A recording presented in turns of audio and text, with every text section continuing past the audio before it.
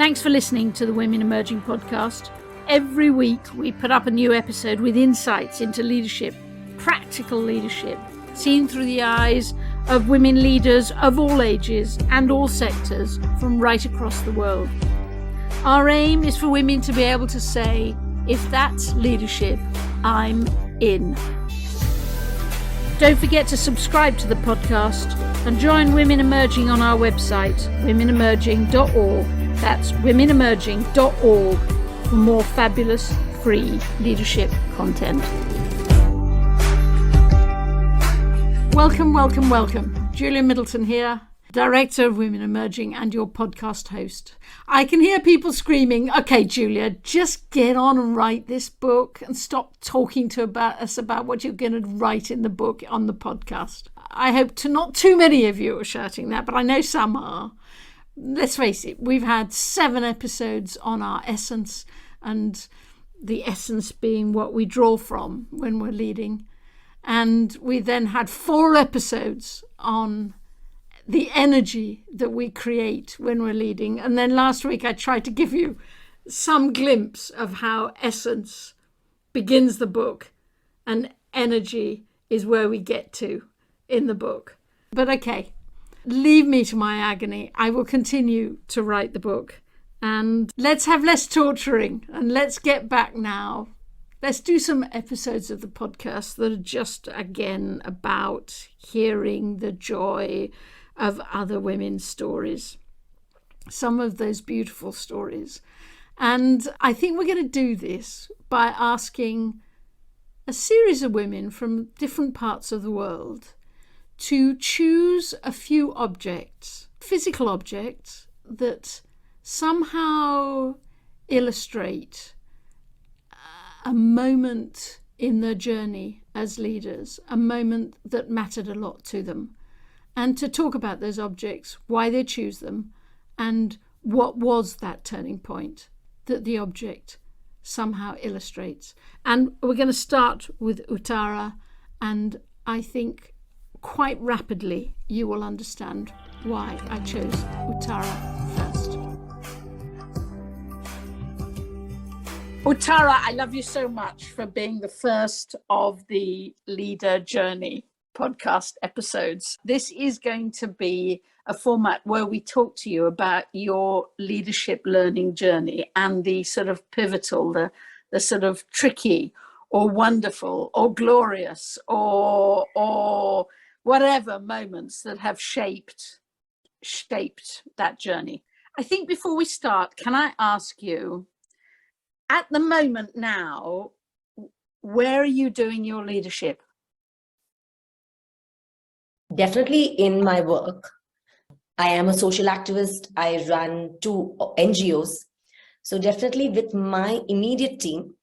But also I see that when I interact with the larger audience, the target audience that we work with, which is primarily low income, differently educated women in rural areas in Karnataka, India, I have a feeling there also it comes across, the leading part of it. And of course at home, I guess, being a unit, there is some form of leadership. And I sort of heard it yesterday that, leading yourself is also leadership, right? So I'm also implementing that and leading myself. Tell me about the women in the villages that you are leading. Just tell me a little bit about them. So average age is around 35, but they could be anywhere as young as 18 to as old as 65. These are the women. These are women who have not had too many opportunities in life or no opportunities in life. They've gone from being a daughter to a wife to a mother, some of them. Some of them even tell me, the 60-year-olds tell me, why didn't you come 20 years back? Where were you? Like, I needed this 20 years back. And I feel what I do there is not direct. It goes through the team in a lot of ways. But it is also direct when I meet them. So they're seeking a role model to say, yes, I can also be confident as her. I can voice my opinion as she does. So in that way, I feel I am leading. And when you're leading your team, it's a very different kind of leadership. In leading the team, some bit of management comes in, because there is obviously some targets we set ourselves. There is funding that comes in, which has to be utilized. So it is a little more structured than leading the women, because leading the women is about, I think it comes from passion. It comes from remembering what my grandmothers lost out. Because these women, by the way, I feel are stuck in that generation. I am the lucky few who has got all the opportunities. So leading them comes from a very, I think, less strategic place, a more passionate and pure place. But with my team, it is also strategic, because I'm also thinking, okay, how are we going to set this? How are we going to move this needle? Things like that also comes in. So I think the management principles comes in there. That's wonderful. So go on then. Tell us about the first object that sort of captures one of those moments of learning. Thank you for asking me in advance. It took me a long time to sort of come up with it, because I couldn't think of objects in particular. I think I should go back to my Acumen Fellowship year, which is 2015. Until then, I don't think I called myself a leader. I was a social worker, I was an activist, I was trying to do some work, but there were some moments then. So I'm going to show you the book that I used at that time, which is like, I would say almost like and it's got all these pages and, all these notes that I've written in the middle. I have pasted things in the middle. It looks like a beautifully leather covered book. I don't think it's leather. I think it's just probably some form of, they gave it to us. I think they gave it you, right? I think so. I don't remember now. It's been a long time. But I've stuck things that was given to me by somebody. I've stuck things. It's a mixture of a scrapbook and a diary. Yes, a journal perhaps. Yeah. But it's also almost like my scripture book.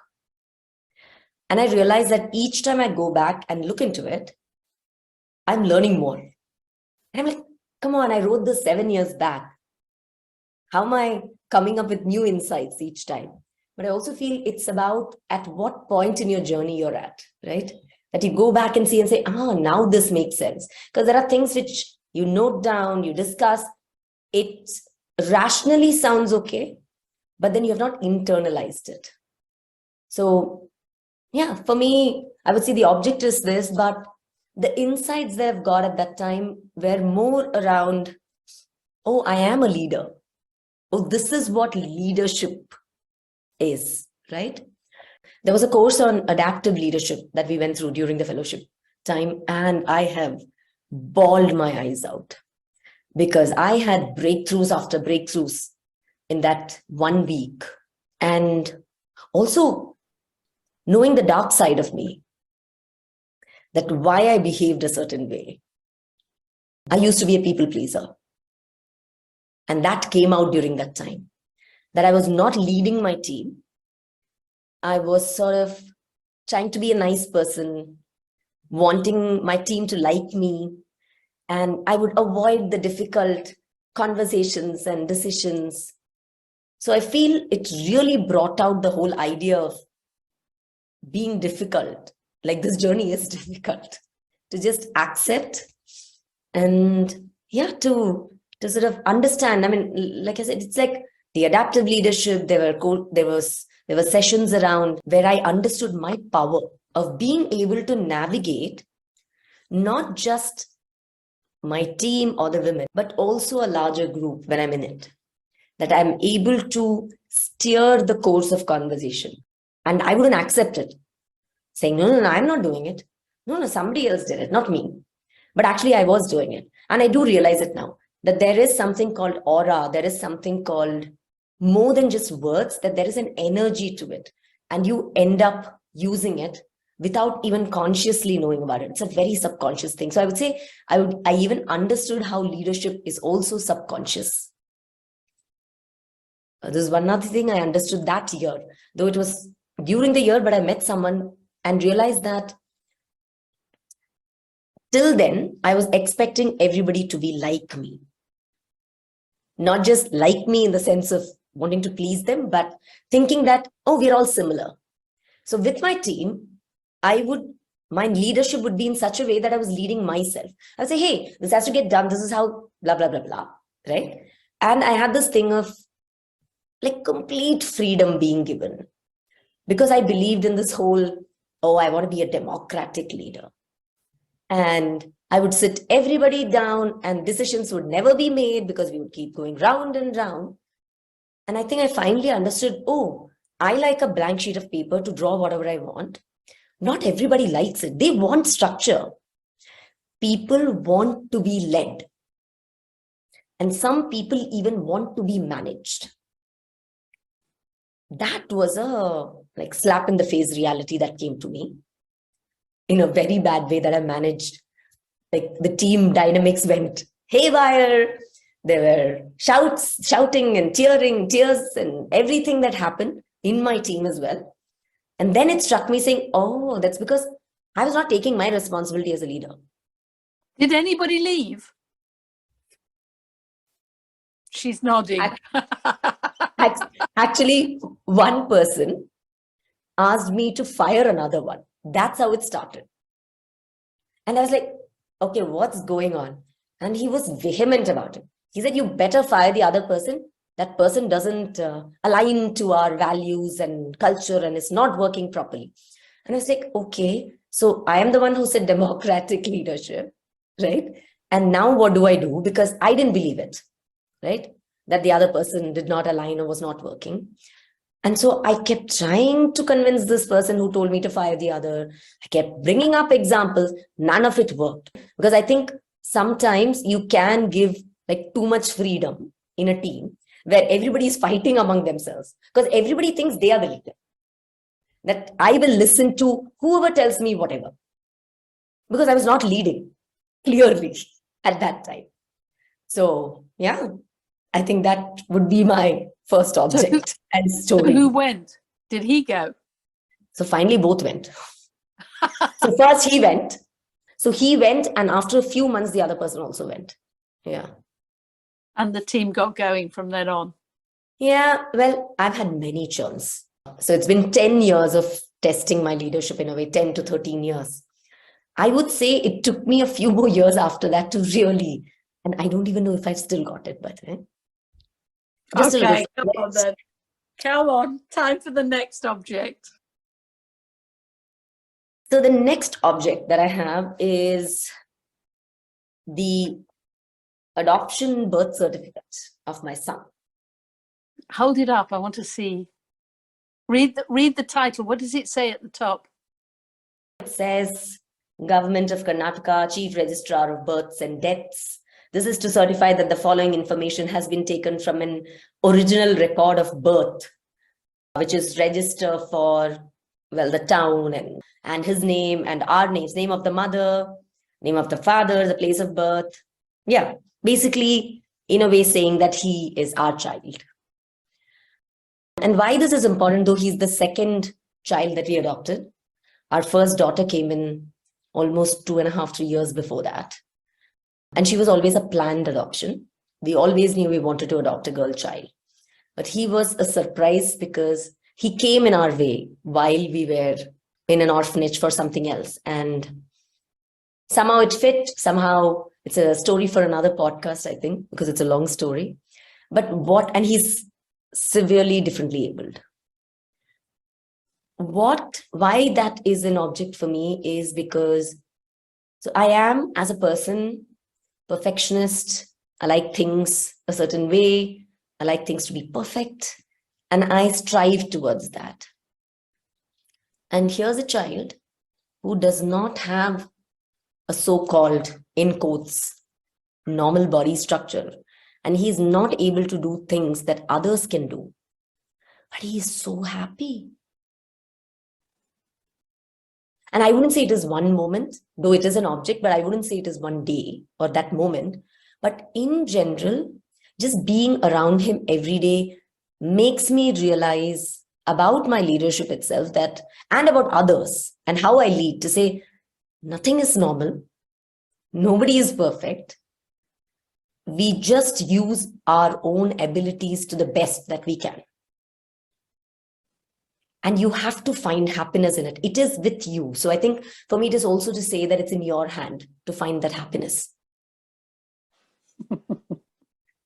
There is a reason why you're the first person on this journey, Uthara. Yeah. Tell me the next object. The next object is from about 4-5 years ago. It's this book called The Strengths Finder. I took a test probably 10 years ago. Okay. And I got the report. I read it. I don't think I really understood it then. Until about 4-5 years back, when my coach, she coached me. She got certified as a Gallup certified strengths coach. And then she sort of coached me on the Strengths Finder. I mean, it's so strange. So I've done the test. I did an individual report. And then as a team, we have done a team thing, team test and team report. Like 3-4 times of having gone through it and still not really internalized it. Finally, when she coached me is when I connected it to my leadership. So till then, as a person, like I said, a bit of a people pleaser, a bit of a perfectionist, a bit or lot, I don't know yet. But I would constantly look at improving myself in places which I'm not good at. Oh, I have to work on this because I'm not good at this. I have this weakness, right? But I have to improve it because I'm a leader, I'm a manager, I'm running this, I have a cause, I'm passionate about it. But once I got coached, I re-understood and started applying it. That you just have to look from the strengths perspective. Forget what you don't have. Look at what you have and then use it in a way that can benefit your strategy, implementation, communication, influencing, etc. So I feel that's my third object, which changed the way I started looking at others also. So now almost all my team members, at least till the middle managers, we get them to do the test so that I also understand the others, to say, oh, this person has this. And when I talk, I say, okay, dude, looks like, this is where your strength is playing out.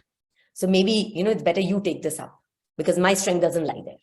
Or to say, okay, lady, this is, something that you are struggling with. Probably look at harmony, which is one of your strengths. And can you use that to overcome the situation? So also using the strengths language in the leadership conversation so that the others also accept it. And I clearly accept saying, hey, I don't have strengths in these two aspects, right? So it is important that somebody else takes over, or I'll have to use this strength of mine to sort of get over this. What about the weaknesses that I convinced myself or somebody else convinced me that I had? And if I didn't address them, I might never have discovered that I wasn't weak in them. It's like, to me, it's so irritating, the amount of women who say, I don't do maths. That's my weakness. I'm not good at maths. And the answer is, I'm not asking you to do a PhD in maths. Just understand the basic numbers, because actually you can't be a leader unless you understand the basic numbers. What I'm trying to say is, how do you adopt that approach while managing or even myth busting your weaknesses? Can I give an example probably that might clarify? Of course. I've done only my top 5 strengths test. I've not done all the 35, 38, whatever the number is. From that, basically it comes out that I have strategic strengths and I have implementation strengths. I do not have strengths in influencing and communication. Like, it doesn't come naturally to me. That's bullshit. Yeah. So you have to hear it out. Like, my real good strengths are different. Like it is not my top 5. Let's put it that way. Probably my tops, maybe the 6th or 7th. I hate to think what your strengths are like if communication is a weakness. Never mind, keep going. So basically what I do is I prepare a lot before I have a meeting, because discipline is one of my strengths. Learner is another strength. Intellection, strategy, these are strengths. So I will strategize. I will prepare the hell out of the meeting. I initially, by the way, now I've gotten good at these conversations because I've done it for 10 years, 13 years. Initially, I would type out, hello, my name is Uthara. I started this NGO and this is what we were. I would type it out and it would be in front of me while I'm on a video call. So I used my discipline, and I didn't even know that it was a challenge or communication was a challenge. Like, I'm so good at discipline that I would always prepare. Even now, I use my discipline. I'm not good at networking. It doesn't come naturally to me. Like connecting with people, going to conferences, things like that. But I put it as a discipline saying, no, you have to do this because this is one of the things that's required for it. So I would say, look at what you have. Firstly, just accept that, yeah, I don't have this. Like, okay, I'm not good at math and it's fine. I'll just hire the best person in math that I require, firstly. Secondly, I will learn to use the calculator, the Excel sheet, the pivot tables, whatever it is. So making do with something that can supplement a part that you're not traditionally good at or naturally good at. So what comes naturally to you, that is what I realized. By the way, the test is pretty accurate. The first time I did it, I said, oh, like today morning, I realized why I'm good at something.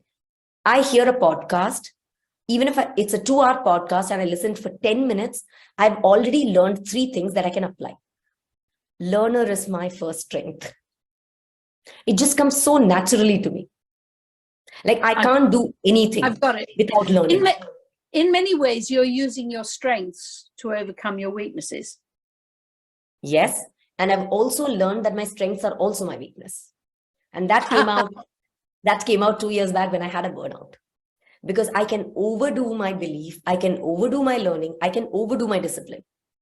So then again, I used my belief to tweak it to say, I also believe that I have to be healthy. I also believe that I need to enjoy the journey. I am disciplined now to take breaks, even for lunch. So you can, if you get that mindset shift, and that's why I feel a very critical part in my leadership journey is this book and this test or whatever. I mean, there are online material now for it, that you can learn to be different. Go on now. I know, because I've had sneaky preview, that one of your objects is an apartment plant. Yes, it is. Let me see it. It's alive. Yes, it is alive. It's green. Yes. It's flowing. It's beautiful. I have, yeah, long and flowy. So I have been those people who has killed a lot of plants before, struggled to keep them alive. And then 2 years back, I just told myself, I got to learn this. This is ridiculous. Discipline playing in here. Discipline play. And the belief, because I heard that apparently my grandmother had a green thumb. Like she would just plant a stick and it would grow. I said, I should have got some genetics of it, right? So let me try it. And discipline played in, of course. But what it taught me was also invaluable. Firstly, it taught me patience. That you can't command a plant to grow the pace you want it to grow. Whatever you do, you might over-fertilize and over-water it. It's only going to die, right? So patience is one thing to learn. I also realized that plants are like people. People are like plants. You need to constantly nurture them.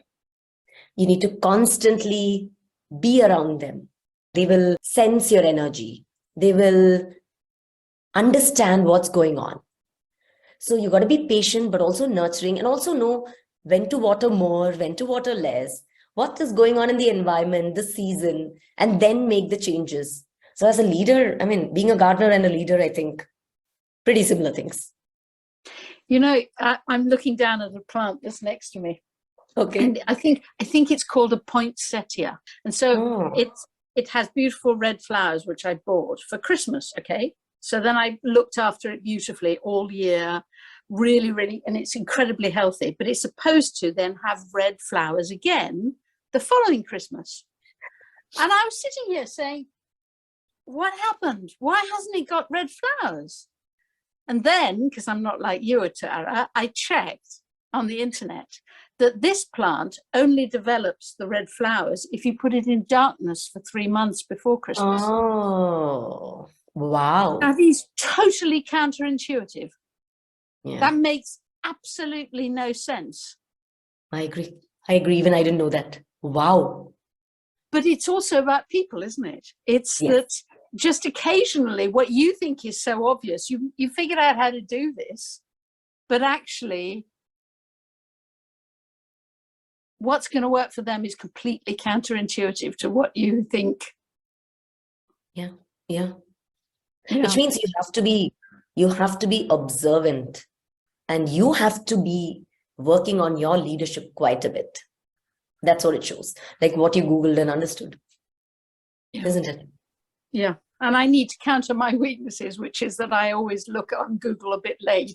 I always think I know the answer before then. Yeah. Well, Right. Okay. Now, I think I think you have a picture of one of your colleagues. yes, yes. And there's by the way, a newer picture of me and her together. We had a retreat. So here's the picture of her and me at our retreat 10 days back. And I'm actually reading out a letter to her because I was celebrating her. I was celebrating her service and what she's done. And she's tearing up. I didn't tear up, thankfully, because I guess I had written and read that letter many times. I can see she's wiping a tear from her eye. Yeah. Yeah. She's been one of the major influences in my leadership journey the last 4 years. And it's been a slow process. I don't think it started immediately after she joined or anything like that. It's been very slow, and we've come to learn each other. I can't do this work without her anymore. We are sisters in this. We are partners in crime. And she has been very instrumental in giving me constructive feedback in a very beautiful and loving way. I look forward to her feedback. Usually we don't look forward to feedback as much because there is a slight part of us that will cringe. But with her, it's not, because it's both ways. I can equally give and she'll say, yeah, that's true. Like when she told me something that really struck me, the difference between being a manager and a leader. And I understood that I'm a terrible manager. As evidenced by what? Well, a lot of people, there was a huge attrition in general, or a lot of attrition. And the most attrition was from my team, from people who were reporting to me. Because she said, one, your bars are set too high. You expect too much from people because you're a leader. You think everybody is a leader. Though that had changed, I think I'm still sort of internalizing it. Because in that moment, in that intuitive sense, I somehow end up sort of saying, hey, but this has to get done. Like I just have a laundry list of things that needs to get done for the world to be a different place. And most people are just doing a job. For them, it's not every day about the changing world. And I realized, okay, I can lead certain kinds of people. I cannot lead everyone. I can manage certain kinds of people. I cannot manage everyone. So if you look at the larger population, I'm not a good manager.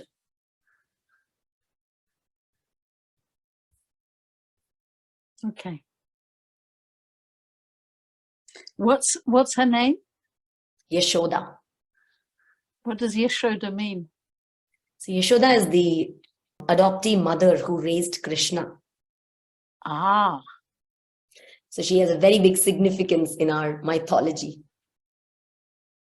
So she's got the right name. Yeah. In a way, I would say. Well, it also means one who is destined to succeed. I think, Uthara, your last object is a poem. Oh, yeah. So I don't have it with me because It's a poem that was read out to me at one of our events by a village woman. It made me tear up. I cried quite a bit because it was a poem that praised me, that thanked me, and it really made me understand how much of a responsibility I hold. So these women tell that, here's a woman who started an organization just for us. And they usually say, you came for me. They each of them say that you came to my village for me.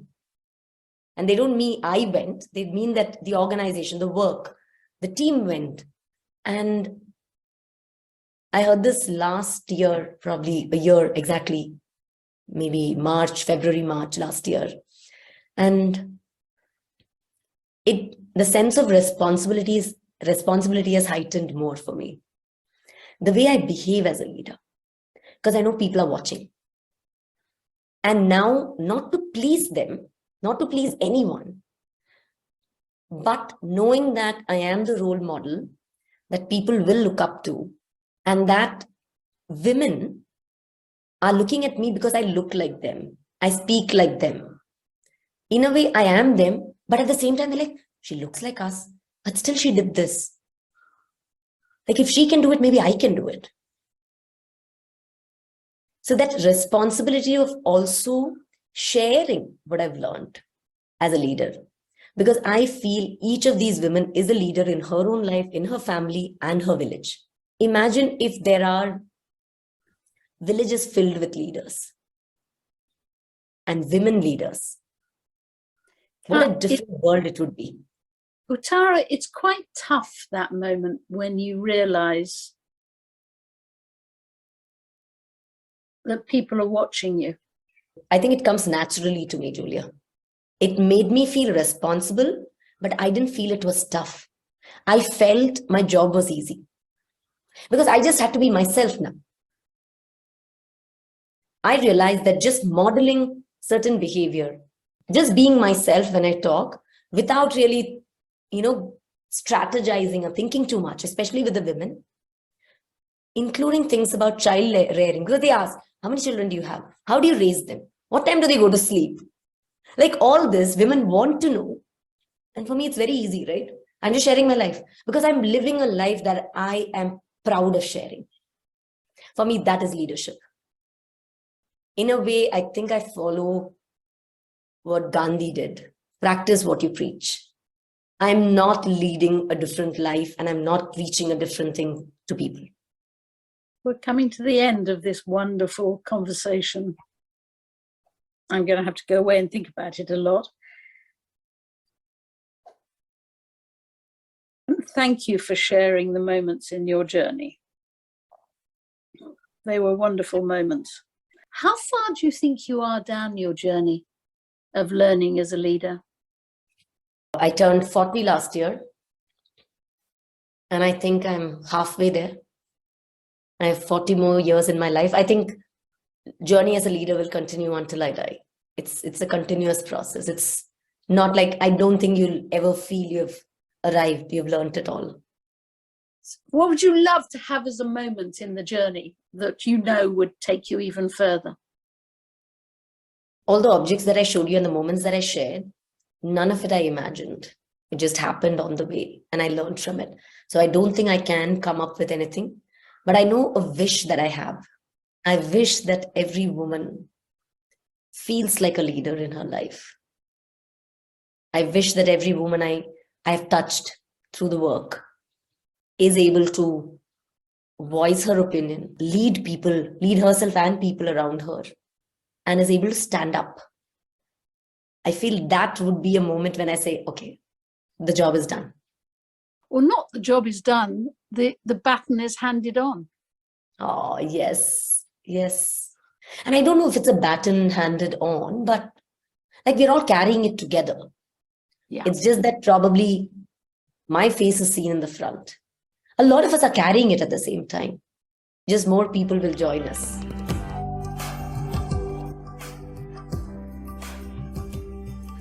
So that more people will join us. That, yes. I'm going to have to introduce Uthara to this concept of leading rather than leader or leadership. I'll have a word with her, but it's inevitable that we're going to slide back into the more common words rather than the verb, which we're now so passionate about. I think over the last few minutes you have discovered why Uthara was the first person to choose her objects. That was a privilege. It was a privilege to be on that journey with you, Uthara. I have nothing more to say than that next week there'll be another extraordinary woman with her objects, and come back and enjoy them. Lots of love in the meantime, Julia.